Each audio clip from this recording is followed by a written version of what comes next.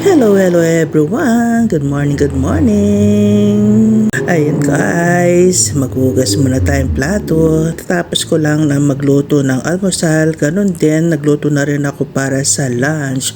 Kaya yan, ang dami kong hugasan ngayon. Total, wala naman akong gagawin ngayon. Wala akong lakad ngayon. So, hugasan ko ng plato. Alam mo naman, pag hindi tayo naghugas ng plato, baka magkaroon tayo ng langgam, di ba? Kaya iniwasan ko na magkaroon ng langgam. Ayokong tambakan o iwanan na lang gano'n ng plato na marumi. Kaya tapos nito siyempre tayo wala tayong lakad ngayon maglilinis tayo buong araw. Pero bago nito nagbabad pala ako ng maruming damit kasi alam mo na maglalaba tayo at saka marami tayong time ngayon para makapaglaba ngayon. So ang gagawin ko ngayon tapos kung maghugas ng plato, siyempre patapos nito kakain muna, then after kung kumain magpapahinga ng konti, then maglilinis tayo, magwawalis tayo sa nasa likod. Alam naman araw-araw hindi maiwasan na may mga dahon na nahulog na sa likod, kaya kailangan natin magwalis. Kaya yan,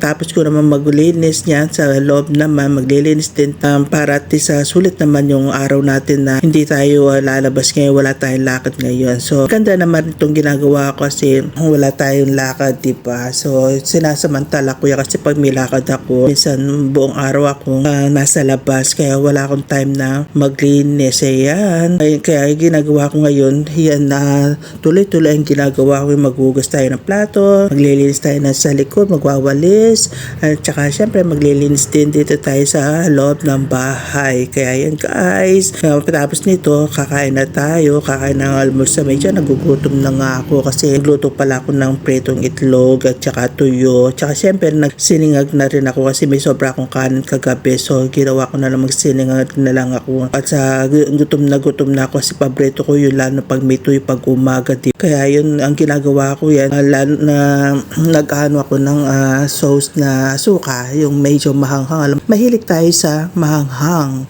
kahit anong klaseng luto, linalagyan ko ng chili. Kaya yun, para ganado tayong kumain, para makarami tayong kain kahit na almusal. Talagang mahilig talaga ako sa mga chili na pagkain.